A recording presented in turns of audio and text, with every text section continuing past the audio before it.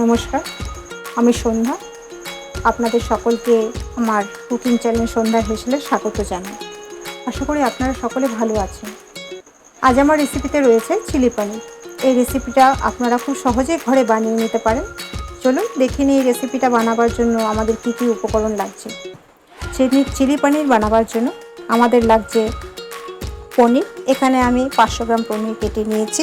পনিরটাকে আমি চৌকোনো করে কেটেছি। আর লাগছে ক্যাপসিকাম, এটাকেও আমি চৌকোনা করে কেটে নিয়েছি। লাগছে পেঁয়াজ, এটাকেও আমি চৌকোনা করে কেটে নিয়েছি। আর লাগছে আদা কুচি, রসুন কুচি, কাঁচা লঙ্কাগুলোকে আমি চিড়ে নিয়েছি এবং এর কিছু কাঁচা লঙ্কার বীজ আমি ফেলে দিয়েছি এবং কিছুটাকে আমি রেখে দিয়েছি।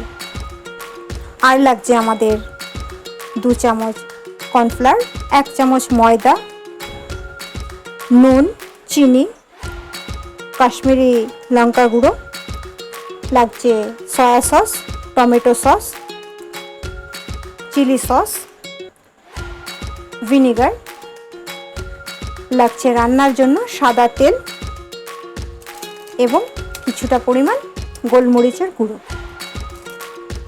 এবার রান্নাটা শুরু করি। প্রথমে আমি পনিরটাকে ম্যারিনেট করে নেব। ম্যারিনেট করার জন্য আমার লাগবে সামান্য পরিমাণ নুন, লাগছে কিছুটা কাশ্মীরি রেড চিলি পাউডার, আর লাগছে 1 চামচ কর্নফ্লাওয়ার এবং 1 চামচ ময়দা।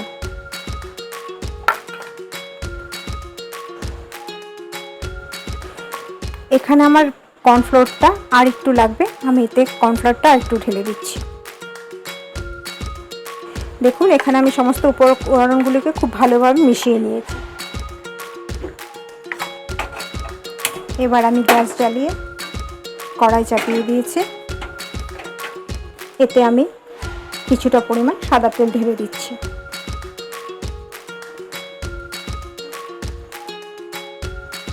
এবার তেলটা গরম হয়ে গেলে আমি যে পনিরটা ম্যারিনেট করে রেখেছিলাম সেটাকে এবার কিছুটা পরিমাণ ময়দার মধ্যে ভালোভাবে কোট করে নিয়ে তেলে ছেড়ে দেব। এভাবে আমি সমস্ত পনিরটাকে তেলে ছেড়ে দেব।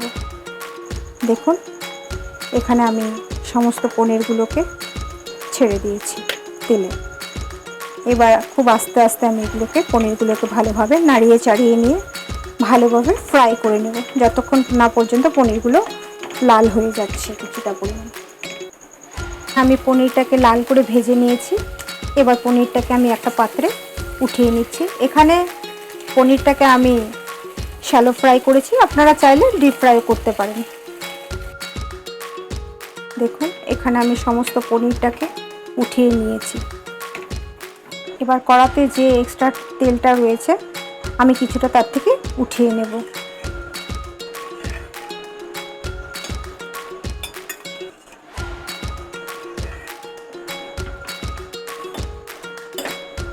এবার যে তেলটা কড়াতে রয়ে গেছে আমি এর মধ্যে দিয়ে দিচ্ছি সামান্য পরিমাণ রসুন কুচি।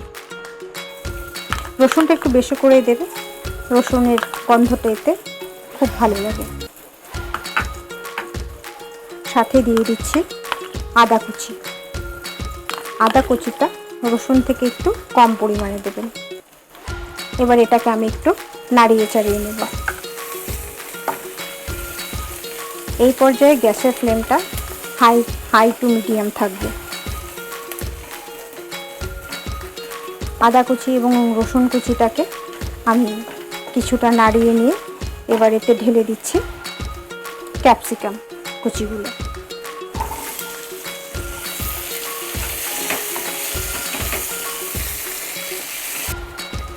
দেখুন এখানে ক্যাপসিকামটাকে আমি একটু নাড়িয়ে চাড়িয়ে নিয়েছি। এবার আমি এটাতে দিয়ে দিচ্ছি পেঁয়াজগুলো আর দিয়ে দিচ্ছি কাঁচা লঙ্কাগুলো। আবারও আমি এটাকে একটু নাড়িয়ে চাড়িয়ে নেব। দেখুন পেঁয়াজটাকেও আমি কিছুটা ভেজে নিয়েছি। এবার আমি এটাতে দিয়ে দেবো কিছুটা পরিমাণ নুন। এখানে আমি 1 চামচ মতো নুন দিচ্ছি, আর এখন দিয়ে দেবো এতে 2 চামচ মতো ভিনিগার।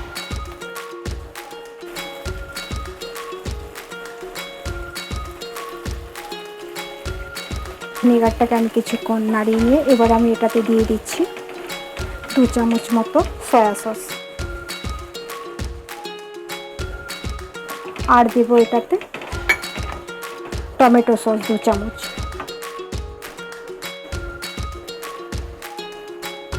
সসটা চাইলে আপনারা একটু বেশি দিতে পারেন। এবার সমস্ত সসগুলিকে আমি একটু ভালোভাবে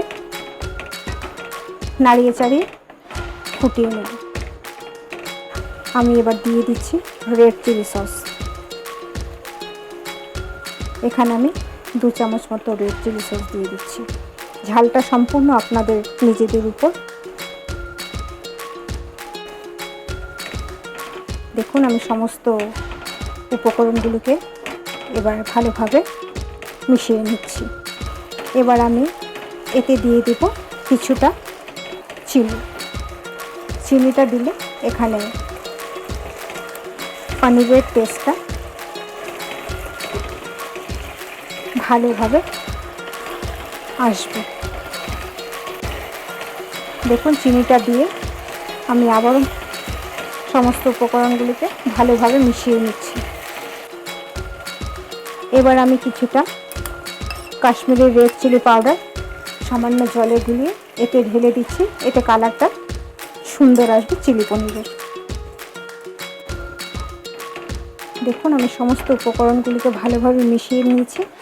এবার আমি এটাতে ঢেলে দেব 2 চামচ কর্নফ্লোরকে আমি এখানে জলে গুলিয়ে নিয়েছি।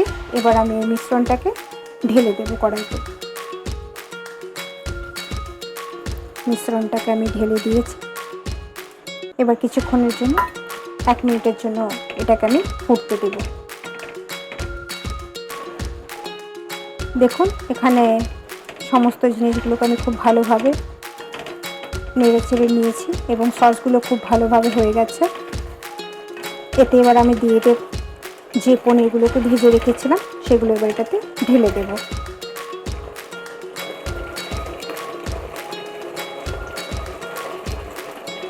এবার 1 মিনিটের জন্য পনিরগুলোকে ভালোভাবে নাড়িয়ে চাড়িয়ে নিয়ে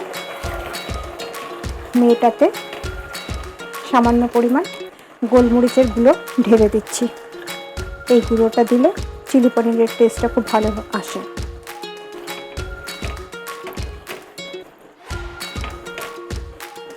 এটাকে এখন আমি 1 মিনিট মতো ভালোভাবে নাড়িয়ে চাড়িয়ে নেব। আর এতে দিয়ে দিচ্ছি আমি 2টো কাঁচা লঙ্কা। শেষে কাঁচা লঙ্কাটা দিলে চিলি পনিরের টেস্টটা এবং সেন্টটা খুব সুন্দর আসে। পনিরটাকে নেড়ে নিয়েছি। আবার আমি সামান্য গরম মশলাটাতে দিয়ে দিচ্ছি। এই গরম মশলাটা আমি প্রথমে ইনগ্রিডিয়েন্টস দেখাতে ভুলে গেছিলাম।